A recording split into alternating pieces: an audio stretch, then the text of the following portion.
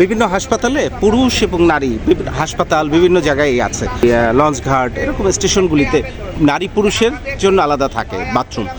আপনারা আসলে কোন বাথরুমে যাবেন? আমরা নারীর বাথরুমে যাই।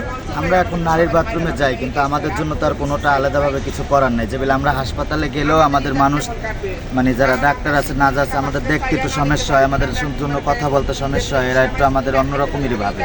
আমাদের ভাবে তার আলাদাভাবে কিছু করা হয় না আমাদের জন্য। কিন্তু আমরা চাই আমরা আমাদের জন্য যেন একটু আলাদাভাবে করা হয়। যেগুলো একটা নারী গেলে তারা চিকিৎসা দেয়, তারা দেখে, আমরা গেলে একটু তারা অন্যরকম ফিল করে, আমাদের দেখতে চায় না, জানতে চায় না, শুনতে চায় না, এরকম হয়ে আসছে। আমরা তো দেখতে আছি এরকম। নারীদের বাথরুমে আপনারা ঢুকলে সেখানকার নারীরা বিব্রত বোধ করবে কি? হ্যাঁ, করবে না, বিব্রত বোধ তো একটু করবে। আমাদের দেখলে তো সব জায়গায় বিব্রত বোধ করে, ও জায়গা করবে না কেন?